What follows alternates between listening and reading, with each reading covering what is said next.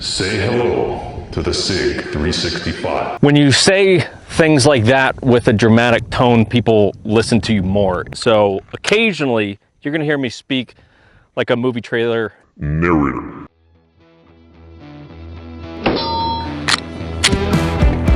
Really? This is called a Glock. Some of you will have heard of it. It is Austrian. And if you've never been to Austria, let me tell you, it's a nice place. Go over Salzburg, get some good dried meats. They got a bridge there. You walk on the bridge and you go see Glock.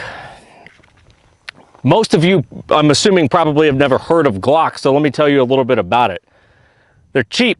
They're like 500 bucks, but they work. A 43, when a 43 first came out, was awesome. And it was innovative because you go, oh, we just took Glocks and we made it into a carry gun? Because really before this, we had a Glock 26.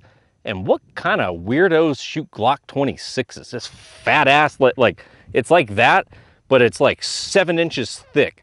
Who's shooting a Glock 26? And then the 43 came out and it was awesome. The problems with it, not many problems. It was cheap. The trigger was pretty much dog shit. The sights were literal dog shit. They were actually dried dog shit that they put on this little bar here. And if you would go to rack that dog shit sight off something, it would just crumble and it would be like, what did you expect? We're dog shit.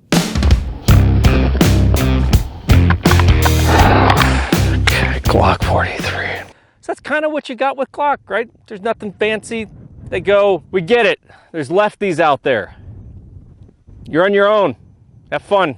You know, call us, let us know. The only upgrade that I've made to this gun is a little bit of stippling right here so I can attempt to get a little bit of a thumb ledge, and Travis Haley's incog sights. Tritium rear, tritium front. I personally like tritium on a carry gun. That's just me though. You do you, boo. So there's no rail, can't attach a light to this, even though they've got a real just ghetto janky light that you can attach to a 43. I think it's like 3 lumens. So who's, you know, seriously, who's buying that thing? There's nothing fancy about this gun. Now, I'm not a Glock hater, despite my language right now, and I'm sure everyone's like, oh, he just hates Glocks. No, Glocks have a place. This is a personal gun. I own this.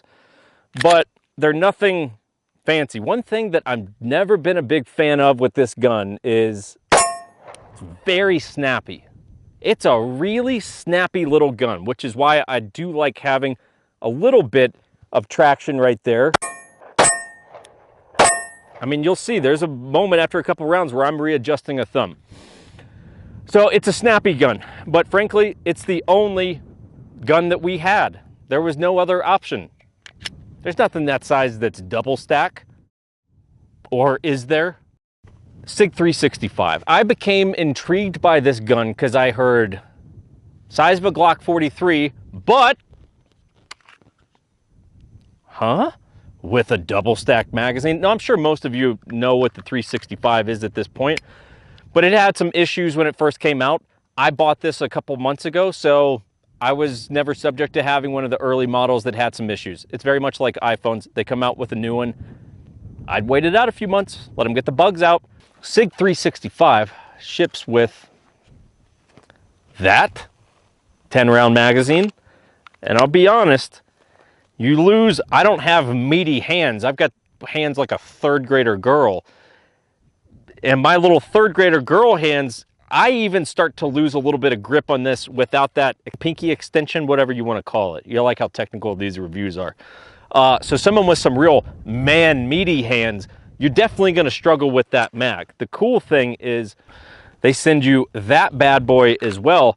And I'm here to tell you, that makes a world of difference. But the hook of that mag gives you that little extra downward pressure on that muzzle so that when you're shooting, you're going to get less of that because you're applying a little pressure on your pinky there that's keeping that muzzle downrange.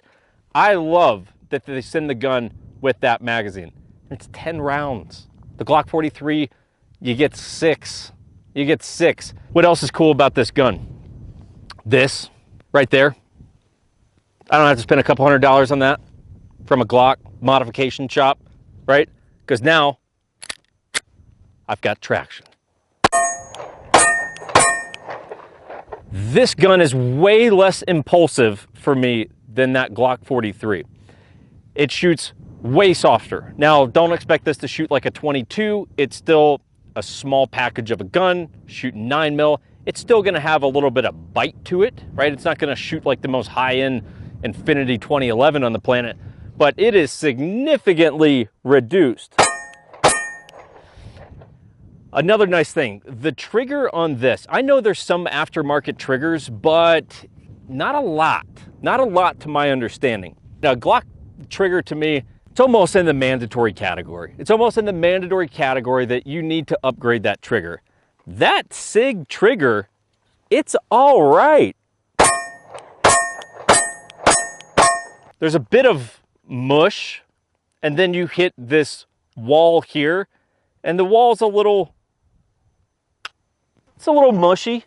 And the biggest thing, the sights that come stock on that Sig, I am a giant fan of. I gotta tell you, I've been using these sights as I've been shooting this little carry gun and just thinking, I would put these sights on any of my guns. I love them. The cool thing about these is, I mean, if you can see, that front sight has every bit of the benefit of a fiber. I mean, you have this bright green front sight that picks up beautifully during the day. When I'm trying to find that target, it's bigger. It's a bigger bright spot than a fiber front sight. The tritium dots that are on this rear sight, they're not distracting during the day. I know some people probably argue, oh man, it's really tough for your eyes to pick. Is it really tough for your eyes to find that front sight if you're trying to distinguish between front and rear? Not really, it's not. And at night, cool. I've got 2 and 1 dot tritiums and a nice ledge. These are steel sights. I can rack this off of apparel or whatever I need to do, right? These sights are not going anywhere. Something I love that Sig did, that magazine right there. This thing is phenomenal, okay? You can put in a Glock base plate, right? Give it a little extra weight and get a +2. Mine's a +1 that says it's a +2. On that, you go from a 10-round mag to a 12. And you add a little bit to the gun, especially if you're a dude with a meaty hand, you're gonna be able to get a much better grip on that gun. And the cool thing, they stipple the mag. I mean, come on, that's really good attention to detail. At a $550 price point, this feels significantly undervalued. So, Glock 43, $365. They're the same price, so price is not the issue. But are they really the same price? You're talking about $600 in upgrades to get this gun on par with that gun. And it will never shoot as flat as that. Maybe it will. I don't think it's gonna though. Better mags, you know, they might send you that. It's not stippled. It's got no texture. That one does. Most of you are gonna say Glock 43. Why?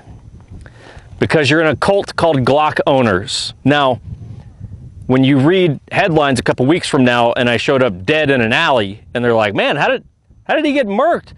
It's because I call Glock owners cult members and they take that shit very personally because Glock guys, they don't fuck with nothing that ain't Glock, okay? So they're like, Sig? I need no Sig in my life. And I know what you're saying. Glock, we know it works, big company, blah, blah, blah. Yeah, Sig's a big company too. This hasn't existed on planet Earth as long as this has, which is where a lot of the bias comes from. Because you're just a Glock guy and you just buy Glock shit. And that's cool. You do you. But I'm telling you straight up, you can't really argue against me that that is a better product per the price that you are spending on it. Buy whatever you want as long as you buy that. Okay. Hey everyone, thanks so much for watching. Please subscribe to our channel while you're here. Maybe like, leave us a comment. If you leave us a nasty comment or you leave us a thumbs down, that might be the lowest form of human interaction these days. Who leaves a thumbs down on a YouTube video? But subscribe. You can find us on YouTube, Outspoke, Full30.com, 1911 Syndicate. It's very simple. If you're a podcaster, you just like listening to audio in your car, you can search the Syndicate Minutes on Apple, Google, Spotify, and you can always find us on Instagram, Facebook, all those good things. Just search 1911 Syndicate, and we'll hang out. Come on, we'll hang out with each other online. Let's become friends. Come on, just do it. Go, do it now. That one does, I feel like I'm a magician juggling carry pistols.